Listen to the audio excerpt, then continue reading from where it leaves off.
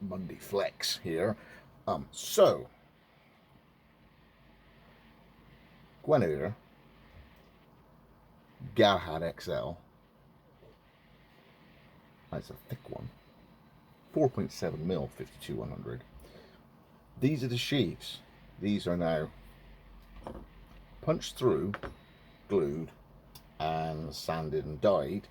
Once I get stitching them, these are going to be available as soon as possible. Looking to raise funds, so I'm going to be,